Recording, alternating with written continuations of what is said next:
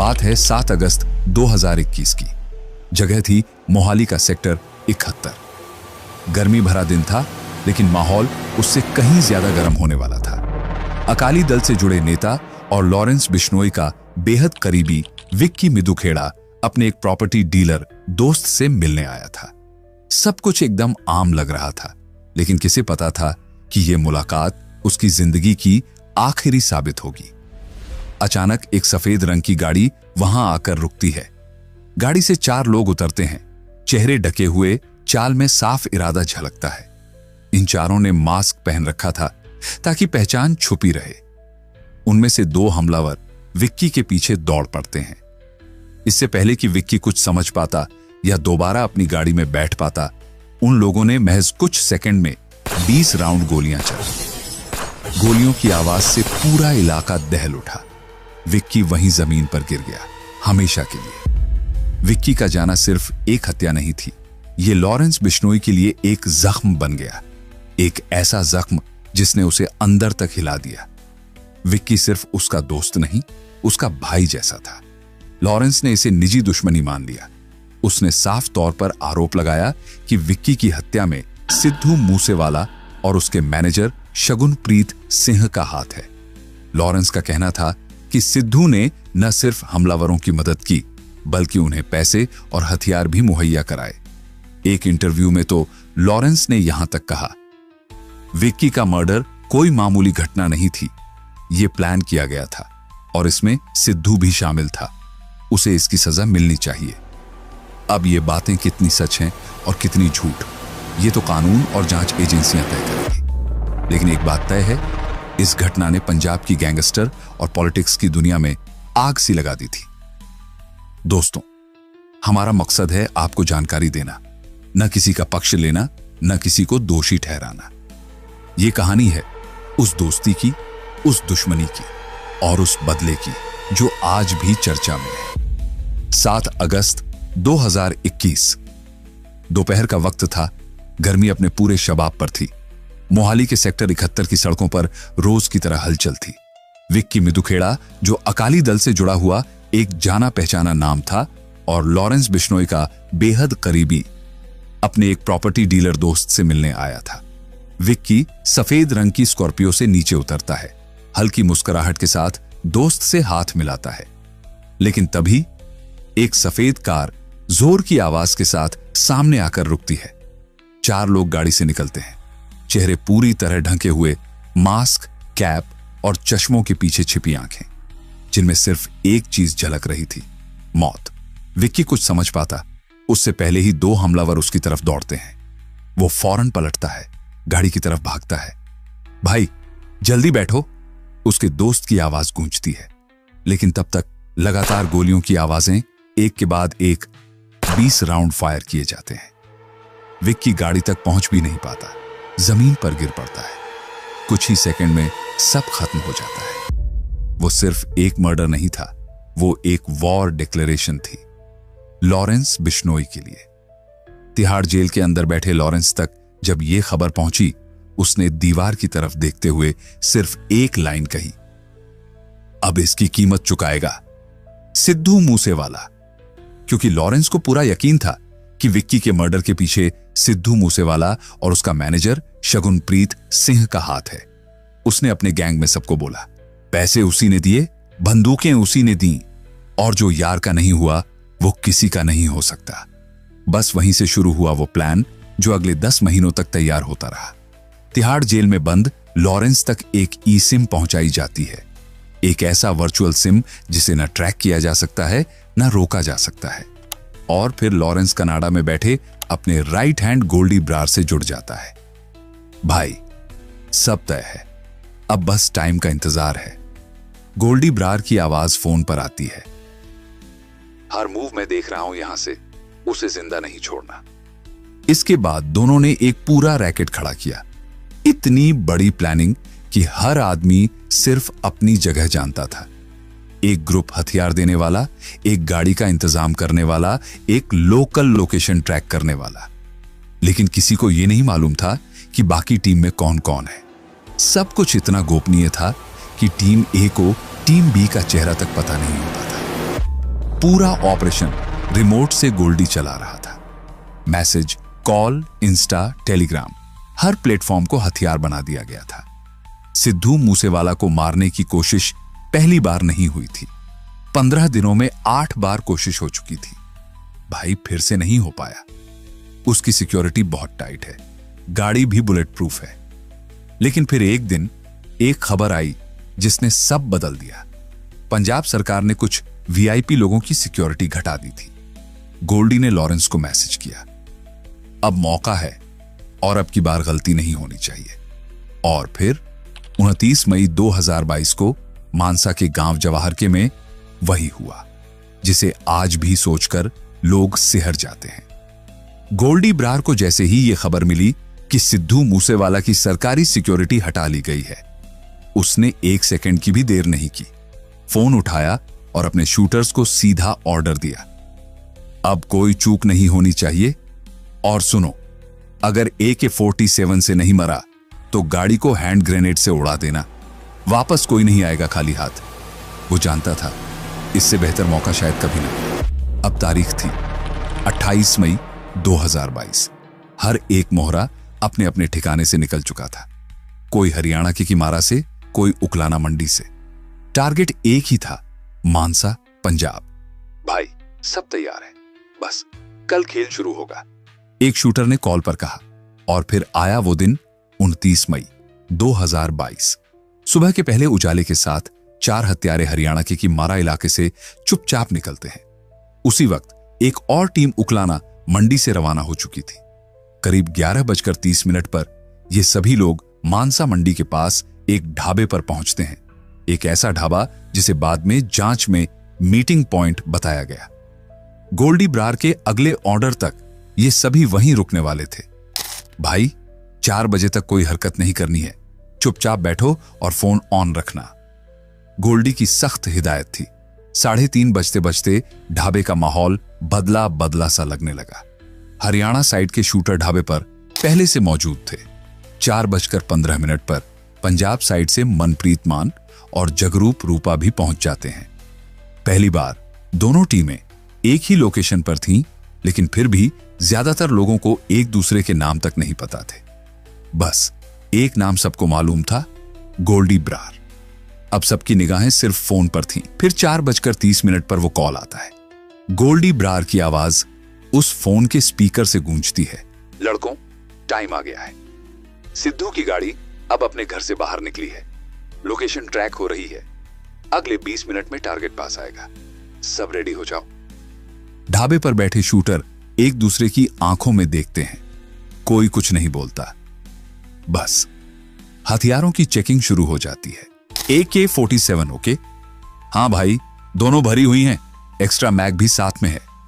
गाड़ी मशहूर सिंगर की स्कॉर्पियो है, सफेद रंग की, कोई चूक नहीं होनी चाहिए। अब सब कुछ प्लान के मुताबिक था। रास्ता सेट था, हथियार तैयार थे, आदमी पोजीशन में थे। बस अब इंतजार था उस एक पल का जब टारगेट बिल्कुल सामने आए। और यहीं से शुरू हुई वो काली शाम जिसने पंजाबी म्यूजिक इंडस्ट्री के सबसे बड़े सितारों में से एक का सूरज हमेशा के लिए डुबा दिया।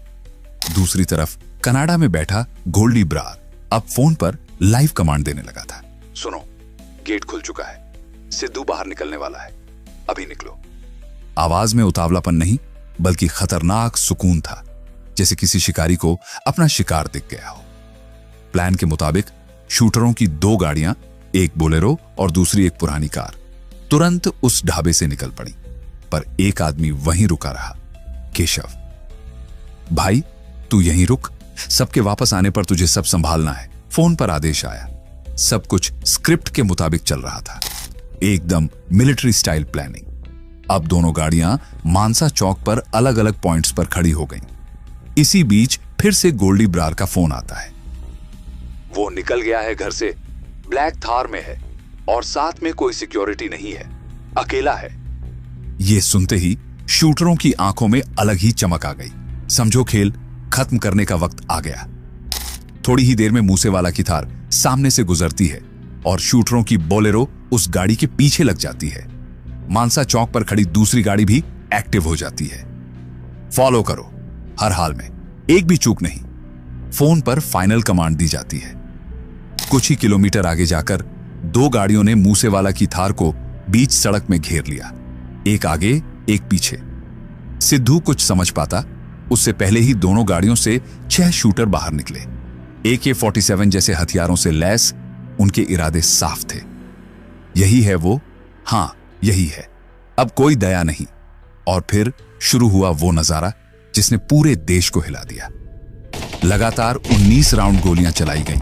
गोलियों की आवाज थार की बॉडी से टकराती रही और हर राउंड मूसेवाला को एक नई चोट देता रहा। सिद्धू ने भी जान बचाने के लिए फायरिंग की, लगभग 6 राउंड। लेकिन सामने वाले पेशेवर कातिल थे, ट्रेनिंग पूरी थी और प्लान 100% तैयार।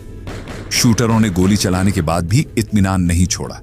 वो पास जाकर मूसेवाला के शरीर को हिलाते हैं। देखो, कहीं सांस तो नहीं ले रहा? कोई हरकत नहीं। खेल खत्म। इतने बड़े नाम को मौत के घाट उतारने के बाद वो गाड़ियां वापस उसी ढाबे की ओर निकल पड़ी जहां उनका आखिरी पड़ाव और छुपने का रास्ता तय किया गया था। और यहीं पर विक्की मिदू खेड़ा की मौत के 9 महीने बाद लॉरेंस बिश्नोई ने अपने बदले की आखिरी चाल चल दी। पुलिस को जैसे जैसे सुराग मिलते गए, पूरा तंत्र सामने आने लगा। जांच में सामने आया कि सिद्धू मूसेवाला का मर्डर सिर्फ एक हत्या नहीं थी, ये एक पूरी वॉर लेवल की प्लानिंग थी। इसमें पैसा, पावर, पॉलिटिक्स और बदला सब कुछ शामिल था। सबसे चौंकाने वाली बात, इस एक मर्डर मिशन पर पूरे 2 करोड़ रुपए खर्च किए गए थे और मर्डर में शामिल हर शूटर को दिए गए थे 5 लाख रुपए। पर सिर्फ पैसे नहीं, काम को अंजाम तक पहुंचाने के लिए गोल्डी ब्रार ने एक ऐसा नेटवर्क खड़ा किया था जो शायद फिल्मों में भी ना दिखे। फोन कॉल्स के जरिए उसने देश की 10 अलग अलग जेलों में बंद करीब 60 गैंगस्टरों से बात की थी। हर गैंग से उसने एक एक आदमी मांगा था और एक खतरनाक गठजोड़ बना लिया। भाई, सबको अपना काम पहले से बता दिया है, कोई चूक नहीं होनी चाहिए। गोल्डी ने एक कॉल में अपने एक खास आदमी से कहा था। कोई रैकी कर रहा था मूसेवाला की, कोई होटलों की बुकिंग देख रहा था, कोई हथियारों का इंतजाम कर रहा था, किसी की ड्यूटी थी गाड़ियां लाने की, और कुछ लोग तो मर्डर के बाद शूटर्स को निकालने और छुपाने की प्लानिंग में लगे थे। सबके काम बांटे जा चुके थे, जैसे कोई बड़ा मिशन हो। भाई, मेरे पास AK-47 है, पर अगर तुम लोगों को और चाहिए तो बता देना, इंतजाम कर लूंगा, गोल्डी ने एक कॉल में साफ कहा। और जैसे ही 29 मई को मूसेवाला की हत्या हो गई, लॉरेंस बिश्नोई को जैसे चैन आया। तिहाड़ जेल के एक कोने में बैठा लॉरेंस बोला, अब मेरा बदला पूरा हुआ, पर यह सिर्फ शुरुआत है। जिसने भी विक्की के खून में हाथ डाला है, अब वो नंबर पर है। उसके चेहरे पर कोई पछतावा नहीं था, बस एक संतुष्टि थी बदले की। पर यह कहानी यहीं खत्म नहीं हुई। मर्डर के कुछ ही हफ्तों बाद पुलिस को उस रैकेट के 2 अहम चेहरे मिल गए, जगरूप सिंह रूपा और मनप्रीत उर्फ मन्नू। दोनों पंजाब में अमृतसर के पास छुपे हुए थे। पुलिस को जैसे ही लोकेशन मिली, एनकाउंटर शुरू हुआ और घंटों की मुठभेड़ के बाद दोनों मार गिराए गए। सचिन बिश्नोई, नाम छोटा सा, लेकिन काम ऐसा कि देश की सबसे चर्चित हत्या की प्लानिंग उसी ने की। वो लॉरेंस बिश्नोई का सबसे भरोसेमंद आदमी था। 21 अप्रैल 2022 तक वो भारत में था, चुपचाप सलीके से सब कुछ सेट कर रहा था। और फिर जैसे ही सारी तैयारी पूरी हुई, उसने देश छोड़ने का गेम शुरू कर दिया। उसने अपना नाम बदल लिया, तिलकर राज टुटेजा।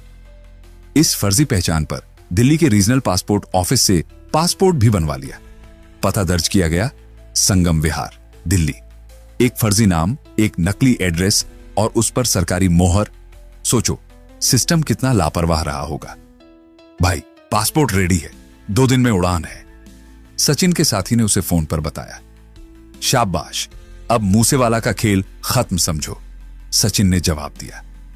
पासपोर्ट बनते ही वो भारत से दुबई भाग गया और फिर वहां से सीधा अजरबैजान। पीछे रह गई एक प्लानिंग जिसे अंजाम देने के लिए हर मोहरा तैयार था।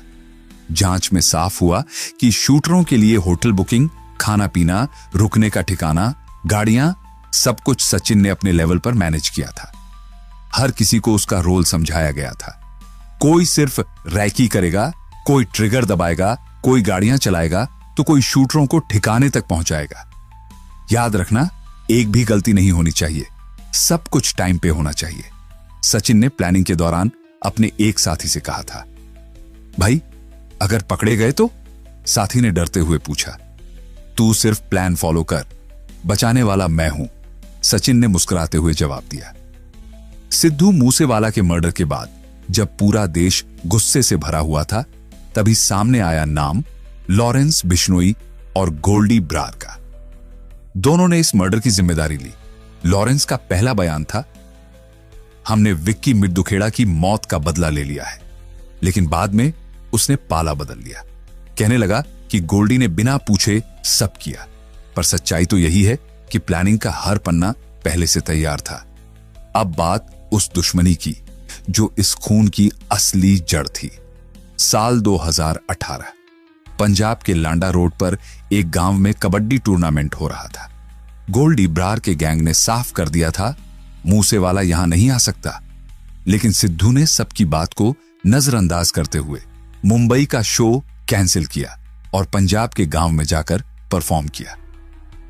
भाई, सिद्धू तो पहुंच गया कबड्डी कप में। एक गैंगस्टर ने कनाडा में बैठे गोल्डी को खबर दी। क्या? मैंने मना किया था, अब वो बचेगा नहीं, गोल्डी का गुस्से में जवाब आया। बस वहीं से रंजिश ने आग पकड़ ली। सिद्धू की बढ़ती लोकप्रियता, उसका पंजाब में असर और उसकी बेबाकी, ये सब लॉरेंस और गोल्डी के लिए एक खतरे की घंटी थी। और फिर तय हुआ एक ऐसा खेल जिसमें गोलियां चलनी थीं, जान लेनी थी और पीछे से सिर्फ फोन पर कंट्रोल करना था। यह कोई पर्सनल दुश्मनी नहीं थी। लॉरेंस बिश्नोई का यह बयान उस वक्त सामने आया जब सिद्धू मूसेवाला की हत्या को महीनों बीत चुके थे। लेकिन क्या यह सच था या फिर एक और छलावा? 29 मई 2022 जब मूसेवाला को गोलियों से छलनी कर दिया गया, पूरा देश सन्न था। तब पहली बार लॉरेंस बिश्नोई की ओर से बयान आया, यह तो बदला था, विक्की की मौत का बदला। पर जैसे जैसे वक्त बीतता गया, लॉरेंस के बयान बदलते गए। कभी कहता उससे मेरी कोई दुश्मनी नहीं थी, कभी कहता उसके गानों में वो मुझे चुनौती देता था। असल में लॉरेंस को लगता था कि मूसेवाला अपने गानों के जरिए गैंगस्टर दविंदर बब्बीहा और उसके गैंग की तारीफ करता है और यही बात उसे चुभती थी। तू समझता क्या है अपने आप को, गानों से हीरो बनेगा? लॉरेंस ने जेल में अपने गैंग से बात करते हुए कहा था। फिर आया मार्च 2023। जेल में बैठा लॉरेंस एक टीवी चैनल को इंटरव्यू देता है। वहां वो फिर कहता है, मुझे पता था प्लान क्या है, लेकिन मैं शामिल नहीं था। सब कुछ बाहर से गोल्डी ब्रार ने किया और मूसेवाला, उसने मेरे बड़े भाई विक्की मिर्दुखेड़ा का मर्डर करवाया था। वो स्टेज से डींगे हाँकता था, हमारे दुश्मनों के लिए गाने बनाता था, यहां तक कि जेल के अंदर भी उनसे बात करता था, उन्हें सपोर्ट करता था। राजनीति में उसका हाथ मजबूत था। कांग्रेस के कई नेताओं से उसके अच्छे संबंध थे। राजा वेडिंग, सीएम चन्नी, सब उसके करीबी थे। पुलिस भी उसकी बात मानती थी। सुनने वालों को यह समझ ही नहीं आ रहा था कि आखिर लॉरेंस क्या छुपा रहा है और क्या दिखा रहा है। दिसंबर 2023 में कोर्ट में एक बार फिर लॉरेंस का रुख बदला। मैं मूसेवाला के गांव का भी नहीं हूं, हमारी कोई पर्सनल दुश्मनी नहीं थी और ऐसा कोई रिकॉर्ड भी नहीं है कि मैंने उससे फिरौती मांगी हो।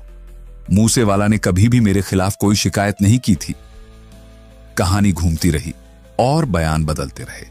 आज जब सिद्धू मूसेवाला की मौत को 2 साल से ज्यादा हो चुके हैं, लोग अब भी जवाब ढूंढ रहे हैं। वो कौन सी रंजिश थी जिसने एक उभरते सुपरस्टार की जान ले ली?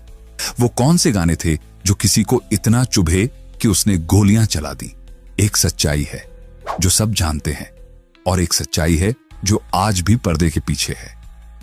सिद्धू मूसेवाला की मौत ने पूरे देश को जैसे झकझोर दिया था। इतना बड़ा नाम और इतनी बेरहमी से मारा गया।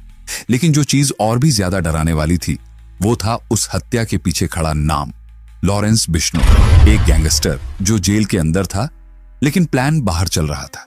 तू जेल में है या कहीं और, हम जहां होते हैं वहीं से खेल शुरू होता है। जब पुलिस ने धीरे धीरे परतें खोली तो कई नाम सामने आए। कुछ शूटर पकड़े गए, कुछ मारे गए और कुछ अब भी फरार हैं। लेकिन एक सवाल हर किसी के मन में था, एक बंदा जेल में रहकर इतना ताकतवर कैसे हो सकता है? यह कोई फिल्म नहीं है, ये रियल है। लोगों की यही प्रतिक्रिया थी। अगर ये एक अकेली वारदात होती तो शायद वक्त के साथ सब भूल जाते, लेकिन लॉरेंस बिश्नोई का गैंग रुकने का नाम ही नहीं ले रहा। जेल में बैठा आदमी बाहर अपने दुश्मनों को एक एक करके निशाना बना रहा है। करनी सेना के चीफ का मर्डर, सलमान खान के घर पर दिन दहाड़े फायरिंग, बाबा सिद्दीकी जैसे बड़े पॉलिटिकल नाम की हत्या। हमारे दुश्मन अगर जिंदा हैं तो हमारी चाल में कोई कमी है। बिश्नोई के गैंग के ग्रुप चैट में यह मैसेज वायरल हुआ था। अब लोग डर से कम हैरानी से ज्यादा देख रहे हैं। कोई कहता है दाऊद का नया अवतार है, तो कोई कहता है भाई जैसा कोई नहीं। लेकिन कानून की किताबें कुछ और कहती हैं। वो कहती हैं ये एक अपराधी है, गैंगस्टर है और देश की सुरक्षा के लिए खतरा है। मूसेवाला की मौत एक हादसा नहीं थी, वो एक ऐलान था। ऐलान इस बात का कि अब गैंगस्टर सिर्फ सड़कों पर नहीं, सोशल मीडिया और स्टेज पर भी मौजूद हैं। और पंजाबी म्यूजिक इंडस्ट्री, उसका रिश्ता गैंगस्टर्स से आज का नहीं है, पुराना, बहुत पुराना है। गानों में गोलियां बजती हैं और असल जिंदगी में भी। मूसेवाला के फैंस आज भी उसका नाम लेकर कांप उठते हैं। भाई चला गया पर आवाज है आज भी जिंदा है। लेकिन सवाल वही है, कब तक? साल 2018 में परमेश वर्मा पर गोलियां चली थीं। वो किसी तरह उस हमले से बच तो गए, लेकिन उनकी जिंदगी की दिशा हमेशा के लिए बदल गई। साल 1996 में दिलशाद अख्तर पर भी जानलेवा हमला हुआ था और 1988 की वो काली सुबह जब अमर सिंह चमकीला की आवाज हमेशा के लिए खामोश कर दी गई थी। पंजाबी म्यूजिक इंडस्ट्री ने वक्त वक्त पर अपने कई रत्न खोए हैं, लेकिन सिद्धू मूसेवाला की मौत ने जो दर्द छोड़ा है, उसकी टीस आज भी लोगों के दिलों में जिंदा है। उसने जो गाया वो सच्चाई थी, उसने जो जिया वो बगावत थी, और उसने जो सहा वो किसी कहानी का अंत नहीं था, बल्कि कई सवालों की शुरुआत थी। आज भी कुछ लोग इसे गैंगवार कहते हैं, कुछ बदले की कहानी। लेकिन जो उसे सुनते थे, जो उसे प्यार करते थे, उनके लिए यह सिर्फ एक कलाकार की नहीं, एक उम्मीद की मौत थी। अब मैं आपसे पूछना चाहता हूं, आप क्या सोचते हैं? क्या यह सिर्फ रंजिश थी या इसके पीछे कोई और छिपी हुई साजिश थी? आपकी राय, आपका नजरिया हमारे लिए बहुत मायने रखता है। कृपया नीचे कमेंट करके हमें जरूर बताइए। अगर यह वीडियो आपके दिल को छू गया हो तो इसे शेयर कीजिए, ताकि ज्यादा से ज्यादा लोग इस हकीकत से रूबरू हो सकें। और अगर अब तक आपने सब्सक्राइब नहीं किया है तो कर लीजिए, क्योंकि हम फिर मिलेंगे एक और ऐसी सच्ची कहानी के साथ जो आपको सोचने पर मजबूर कर देगी। जय हिंद, वंदे मातरम।